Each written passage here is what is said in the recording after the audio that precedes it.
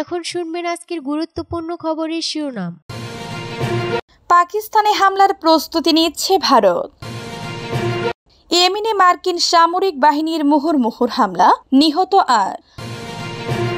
আফগান সীমান্তে পাকিস্তানের অভিযান, ৫৪ জঙ্গি নিহত। যুক্তরাষ্ট্রের সঙ্গে আলোচনার মধ্যে ইরানের পারমাণবিক অবকাঠামো ভেঙে ফেলার আহ্বান নেতানিয়াহুর। পাকিস্তানে বোমা হামলায় উড়ে গেল গাড়ি, নিহত ২। গ্রিনল্যান্ড কখনোই ক্রয়যোগ্য সম্পত্তি হবে না, ট্রাম্পের হুমকির পর নিলসেন। পাকিস্তানে হামলার প্রস্তুতি নিচ্ছে ভারত, জানিয়েছে নিউ ইয়র্ক টাইমস। সম্প্রতি পেহেলগামী সন্ত্রাসী হামলার পর ভারত ও পাকিস্তানের মধ্যে উত্তেজনা কার্যত চরমে পৌঁছেছে এবং এমনকি এই উত্তেজনার সামরিক সংঘাতে রূপ নেওয়ার আশঙ্কাও বাড়ছে। এরই মাঝে যুক্তরাষ্ট্রসহ বিশ্বের বিভিন্ন দেশ উত্তেজনা নিরসনস সংকট সমাধানের আহ্বান জানিয়েছে। তবে প্রভাবশালী মার্কিন সংবাদ মাধ্যম নিউ ইয়র্ক টাইমস জানিয়েছে ভারত এখন সংঘাত এড়াতে নয় বরং পাকিস্তান সামরিক পদক্ষেপের প্রস্তুতি নিচ্ছে। রবিবার ২৭ এপ্রিল প্রকাশিত সংবাদ মাধ্যমটি এক প্রতিবেদনে বলা হয়, কাশ্মীরে হামলার পর প্রধানমন্ত্রী নরেন্দ্র মোদী এরই মাঝে বিশ্বের ১ ডজনেরও বেশি দেশের নেতাদের সঙ্গে ফোনে কথা বলেছেন। পাশাপাশি দিল্লিতে অবস্থিত শতাধিক কূটনৈতিক মিশরের কর্মকর্তাদের সঙ্গে ভারতের পররাষ্ট্র মন্ত্রণালয় নিয়মিত আলোচনা চালাচ্ছে। তবে ভারতের এই প্রচেষ্টা আন্তর্জাতিক সহায়তা চাইতে নয় বরং পাকিস্তান সামরিক অভিযানের যৌক্তিকতা তুলে ধরতে চালানো হচ্ছে বলে জানিয়েছেন দেশটির ৪ জন কূটনৈতিক কর্মকর্তা। ইয়েমেনে মার্কিন সামরিক বাহিনীর মুহুর্মুহুর হামলা, নিহত ৮। ইয়েমেনের রাজধানী সানাইফের অতর্কিত বিমান হামলা চালিয়েছে মার্কিন বাহিনী, এতে অন্তত ৮ জন নিহত হয়েছে। আহত হয়েছে আরও অনেকে। হুতি পরিচালিত মিডিয়ার বরাত দিয়ে সোমবার ২৮ এপ্রিল কাতার ভিত্তিক সংবাদ মাধ্যম আল জাজিরা এ তথ্য জানিয়েছে। এনে গত মার্চের মাঝামাঝি সময় থেকে এখন পর্যন্ত যুক্তরাষ্ট্র ইয়েমেনে ৮ শতাধিক হামলা চালালো। এতে নিহত হয়েছে ২২০ জনের বেশি। আল মাসিরাহ টিভির প্রতিবেদনে বলা হয়েছে, সোমবার সকালে সানার উত্তরে জেলাবানি আল হারিতে হামলা চালায় মার্কিন বাহিনী। আমরান এবং সাদাই হামলা চালিয়েছে বলে জানিয়েছে হুতির কর্মকর্তা। এর আগে সানাই হামলা চালিয়ে ২ জনকে হত্যা করা হয়েছে। খবরে বলা হয়েছে, বানি আল হারিথের থাকবানি মার্কিন বাহিনীর হামলায় ৮ জন নিহত হয়েছে, তাদের মধ্যে নারী ও শিশু রয়েছে। ইরান সমর্থিত বিদ্রোহী গোষ্ঠী হুতি এক ঘোষণায় জানায়, মার্কিন বাহিনীর সর্বশেষ হামলায় এ নিয়ে নিহত সংখ্যা বেড়ে ২২৮ জনে দাঁড়ালো। মার্কিন বাহিনী রোববার জানিয়েছে, গত ১৫ মার্চ থেকে এখন পর্যন্ত তারা ইয়েমেনে ৮০০-র বেশি লক্ষ্যবস্তুতে হামলা চালিয়েছে। এতে কয়েকশত বিদ্রোহী যোদ্ধা নিহত হয়েছে বলে দাবি যুক্তরাষ্ট্রের। মার্কিন বাহিনীর সেন্ট্রাল কমান্ড সেন্টকম বলেছে, এসব হামলায় শত শত হুতি যোদ্ধা এবং তাদের নেতা নিহত হয়েছে। আফগান সীমান্তে পাকিস্তানের অভিযান, ৫৪ জঙ্গি নিহত।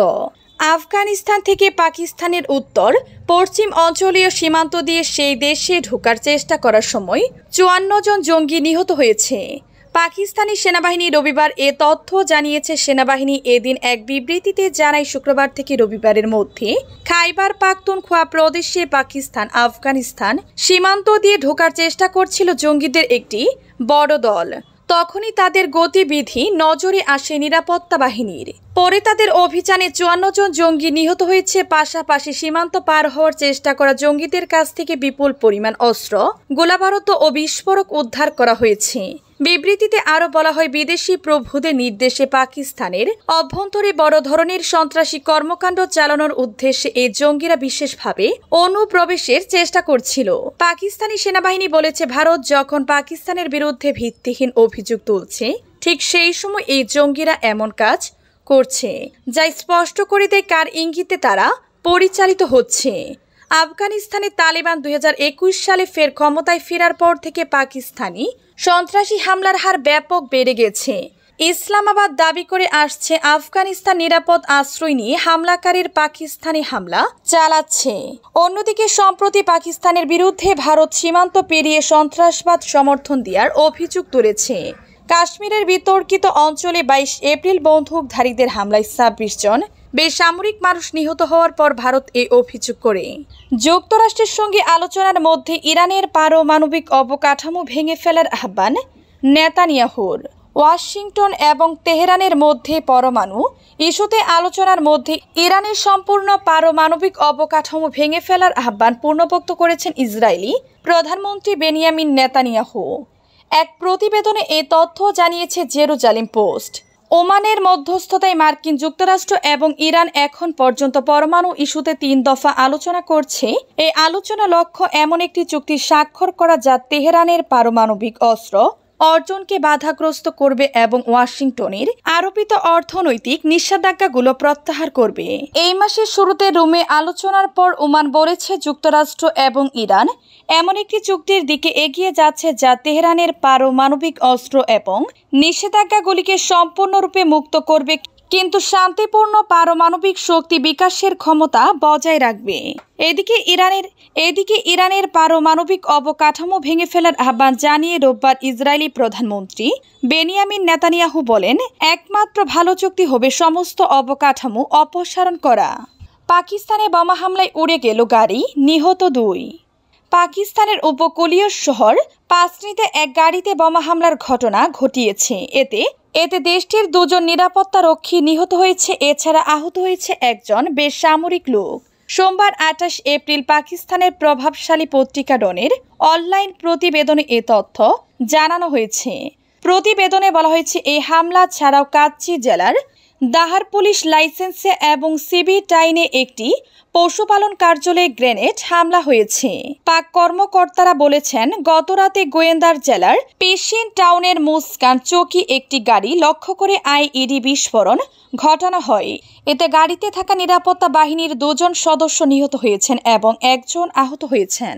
পুলিশের একজন সিনিয়র কর্মকর্তা বলেছেন, শক্তিশালী বিস্ফোরণে গাড়িটি উড়ে যায় ও মারাত্মকভাবে ক্ষতিগ্রস্ত হয়। পাশনি শহরের বাসিন্দাদের মধ্যে আতঙ্ক শুরু হয়। তবে বিস্ফোরণের পর দ্রুত ঘটনাস্থলে পৌঁছায় বিভিন্ন নিরাপত্তা এজেন্সির সদস্যরা। হতাহতদের দ্রুত জেলা হাসপাতালে পাঠানো হয়। নিহতরা হচ্ছেন পাসনির বাসিন্দা নওয়াফ সালমান এবং পাঞ্জাবের খুরসাব জেলার বাসিন্দা মোহাম্মদ নওয়াজ। ডনের প্রতিবেদনে বলা হয়েছে, কিছু সশস্ত্র ব্যক্তি কাচ্চি জেলার দাহারের পুলিশ লাইসেন্স এলাকা এবং সিবির একটি পশুপালন অফিসে হাত বোমা নিক্ষেপ করে। তবে এই গ্রেনেড হামলায় কোনো হতাহতের খবর পাওয়া যায়নি।